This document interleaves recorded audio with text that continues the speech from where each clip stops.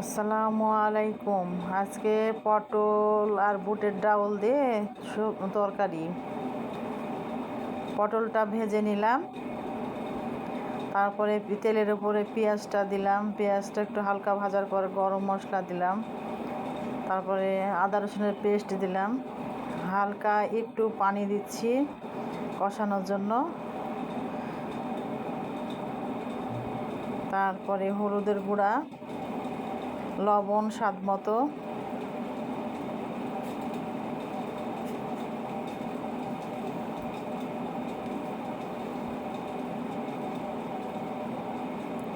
মরিচের গুঁড়া, ধনিয়া জিরার গুঁড়া। তা হালকা একটু কষানোর পরে পটলটা তার মাঝে দিয়ে দিলাম, মশলার মাঝে কষানোর পরে বুটের ডালটা ঢেলে দিলাম। তারপরে কয়েকটা কাঁচামরিচ দিলাম। একটু ফুটানোর পরে ডিম ভেজে তার উপরে দিয়ে পরিবেশন করলাম, একটু বেরেস্তাও দিলাম। কেমন হলো কমেন্টে জানিয়েন। আসসালামু আলাইকুম।